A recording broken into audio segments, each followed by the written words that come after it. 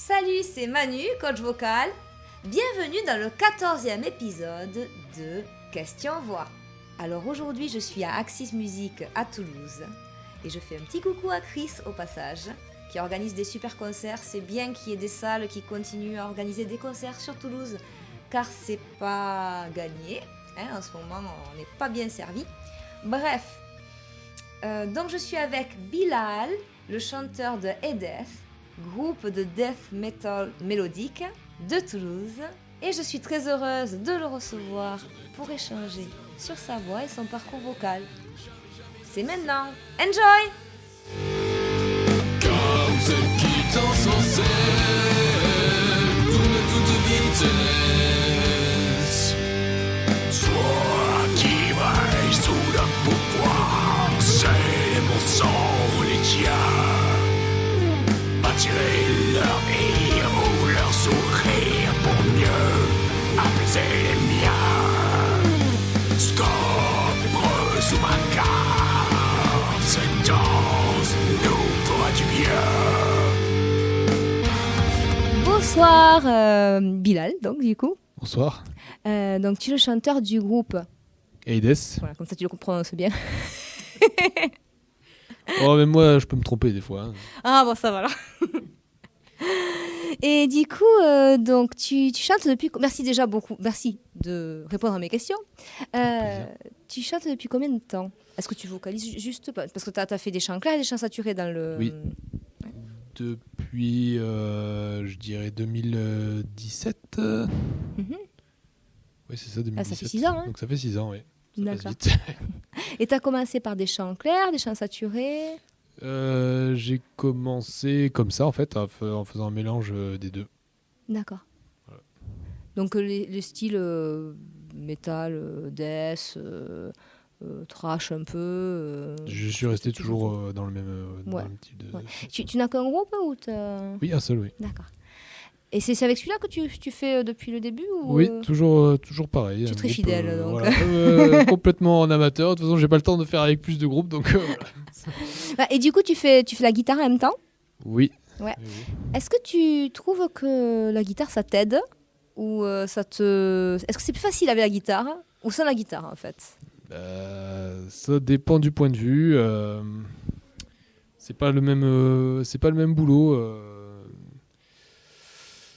En fait, si la chanson est composée de façon assez rythmique, ça peut suivre. Les paroles peuvent suivre bien les riffs et ça peut aider à se placer pour les deux instruments, la voix et la guitare. Par contre, ça enlève un peu des deux rôles, on va dire, de faire un peu des deux. On n'est pas à fond dans la guitare et on n'est pas à fond dans le chant. On fait pas du... Enfin, en tant que frontman, c'est pas du tout pareil que quand on est tout seul avec son micro et qu'on peut bouger. Voilà. Et ouais. Voilà. Okay. Tu as rencontré des difficultés lorsque tu as commencé à chanter? Est-ce que tu as eu de la fatigue vocale ou des choses comme ça? Oui, Ça- oui. Un petit peu, ouais. Mais c'est Oui, oui. Tu as eu des cours? Tu as pris des cours ou En fait, t'as- j'ai commencé avec des tutos internet, comme Ouais. beaucoup de gens, je pense. Et après, en fait, j'ai pris des cours, mais tout simplement parce que je suis un gros introverti. Et donc, je n'avais jamais fait du tout cet exercice de prendre un micro, tout simplement, et de parler, de chanter devant des gens. Donc, Ouais. j'ai pris des cours, en fait, juste pour avoir une personne en face de moi qui me donne un retour directement et pour me familiariser avec cet exercice qui est assez particulier. Bon, merci beaucoup de répondre à mes questions. Du coup, avec un micro, ouais. Voilà, ouais. Je m'y suis mis. Bon, ça fait quelques années maintenant. Là, ça va.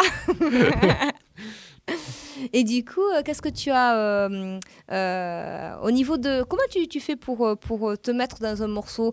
Donc, tu composes tes paroles? Oui, j'ai écrit la plupart des morceaux et des paroles qui vont avec, effectivement. Oui. Est-ce que lorsque tu es sur scène, déjà, est-ce que tu ressens du stress? Oui. Le trac avant de monter sur scène? Oui. Ouais. Tout à fait, oui. Ouais. Bon, c'est toujours là et je pense que ça me quittera jamais de toute façon. Donc, j'ai pas encore de recette miracle pour pour atténuer en fait l'impact négatif que ça peut avoir ou au contraire potentialiser ça dans quelque chose de positif. Pour l'instant, voilà, je survis, on va dire. D'accord.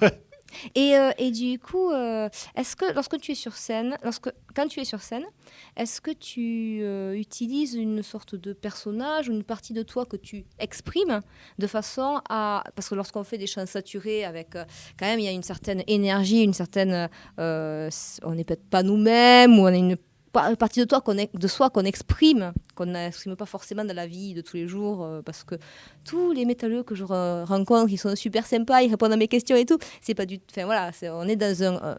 pas un rôle, parce que c'est une partie de nous, mais c'est aussi un petit peu un rôle. Est-ce que tu te sers de ça justement pour peut-être passer au-dessus du stress, ou est-ce que tu as un personnage ou une partie de toi que tu exprimes particulièrement qui te permet de faire tes chants saturés notamment, ou c'est difficile à dire.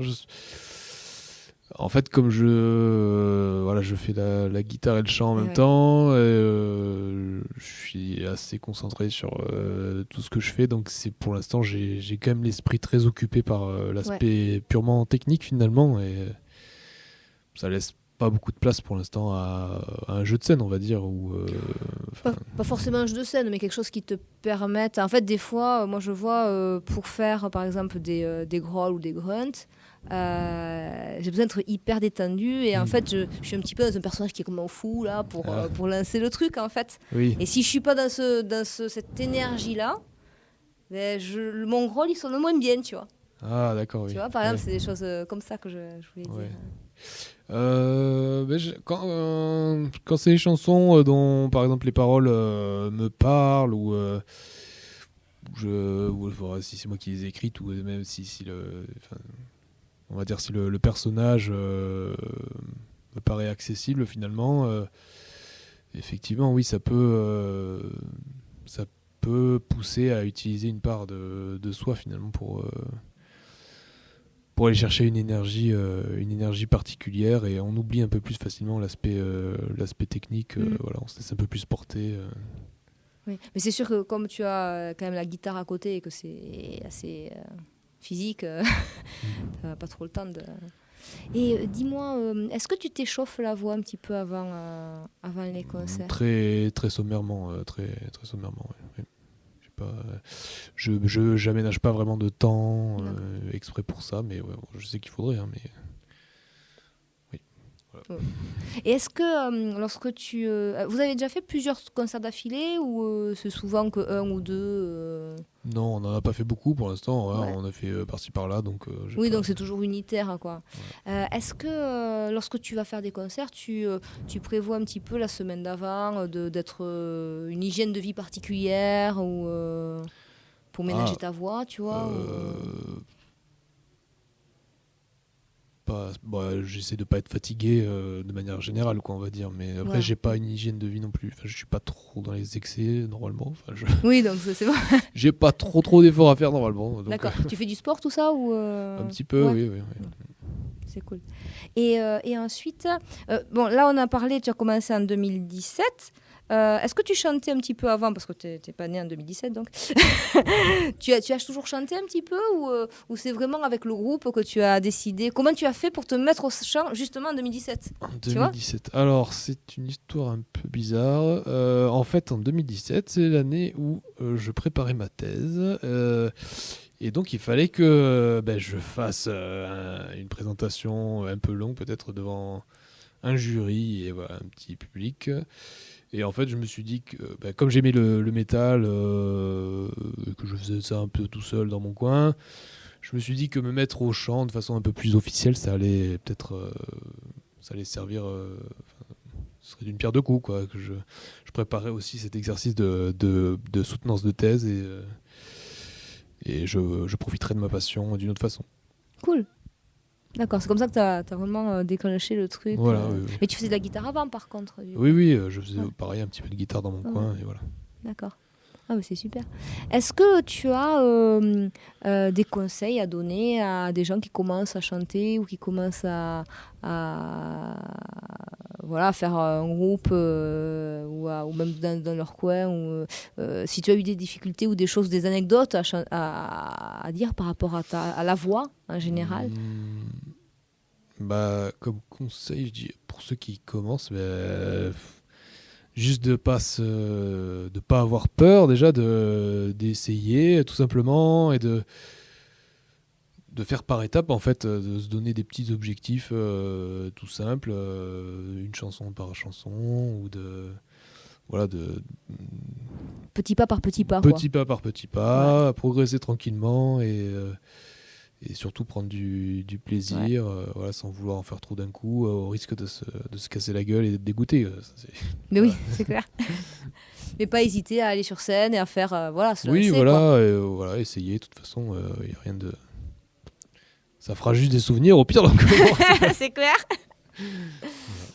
Ok, mais écoute, je te remercie beaucoup pour avoir répondu à mes questions. Avec plaisir. Et super concert encore. Merci. Bravo. Merci. Et je te dis à bientôt alors. Oui. Merci Avec beaucoup. Ciao, ciao. Comme ceux qui dansent en scène, tournent toute vitesse.